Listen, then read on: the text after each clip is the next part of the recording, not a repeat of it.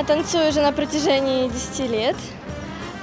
Танцую в ансамбле Фиданлар. Уже 5 лет назад я участвовала в Татлысес, у меня не получилось пройти последующий тур. И вот я решила еще раз попробовать.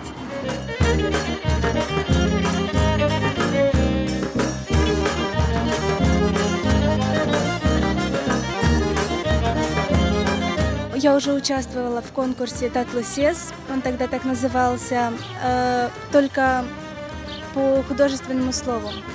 Но сейчас я уже решила принять участие по танцам, решила развиваться.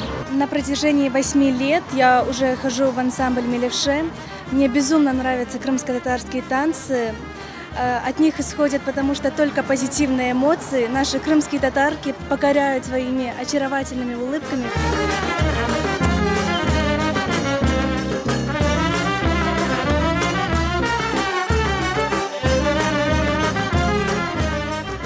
Мен Татлысес ярышына келдім, чүнки мен йырламаға пек севем. Мен чоқ түркілерні білем.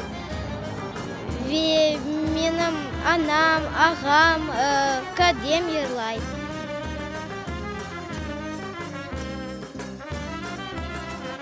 О күчік бала болғанда пек йырламаға пек севеді. Сон біз оны музыка мектебіне берді. Йырлай. Бүтін судақта насын конкурслар олса, біз Айше'yi алып кетейік.